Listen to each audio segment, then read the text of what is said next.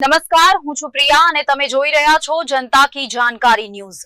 નજર કરીએ આજના સમાચાર ઉપર। દ્વારકા જગત મંદિર ખાતે જન્માષ્ટમી નિમિત્તે ભગવાન દ્વારકાધીશના જન્મોત્સવની ઉજવણી કરવામાં આવી।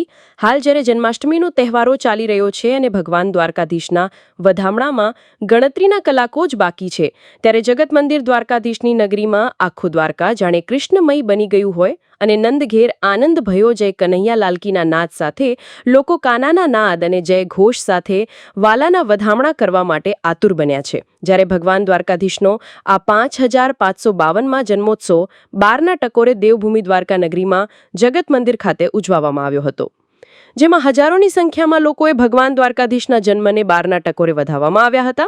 જ્યારે ભગવાન દ્વારકાધીશના દર્શન કરી લોકોએ ધન્યતા અનુભવી હતી અને પોલીસ સ્ટાફ, સરકારી કર્મચારીઓ અને સરકાર દ્વારા કરવામાં આવેલી ખૂબ જ ઉત્તમ સુવિધાઓનો લોકોએ આભાર વ્યક્ત કર્યો હતો।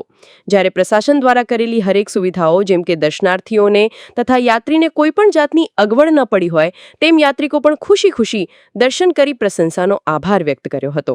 રિપોર્ટ લલિત શિગંડિયા, દેવભૂમિ દ્વારકા। જય દ્વારકાધીશ। મારું નામ જાનકી પંડ્યા છે।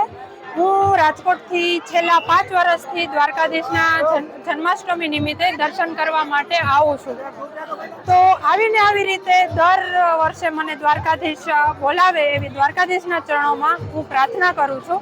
અને આજ વખતે જન્માષ્ટમી નિમિત્તે વ્યવસ્થા ખૂબ જ સારી ગોઠવેલી છે, જેથી કરીને આવા અવનવા ભક્તો છે દર્શન માટે દ્વારકાધીશને ત્યાં આવે છે, જેને કોઈ અગવડ ના પડે, કોઈ મુશ્કેલીઓ ના પડે। આ વખતે બહુ જ સારી સગવડ કરવામાં આવી છે અને દ્વારકાધીશને પ્રાર્થના કરું છું કે દર વર્ષે બધાને આવી જ રીતના દર્શન કરવા માટે બોલાવે। જય દ્વારકાધીશ।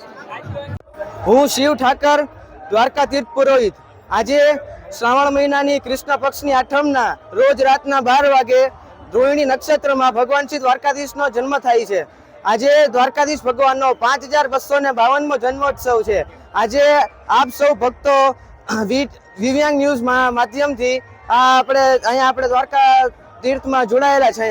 આજે ભગવાનને રાતના 12 વાગે શણગાર થશે પાછા નવા, અને ભગવાનને રાતના 12ને ટકોરે આખા દ્વારકામાં નંદઘેરા નંદ ભયો થશે અને બધા ભાવિક ભક્તો દ્વારકાધીશ ભગવાનના દર્શન કરીને બહુ તૃપ્ત થશે અને એનો અનેરો આનંદ થશે। રાતના 12 વાગે ભગવાનને પાછા આરતી થશે, પછી પાછા ભોગ લાગશે અને આપણે એના ઉપર એક નાનકડું લઈ લઈએ થોડુંક।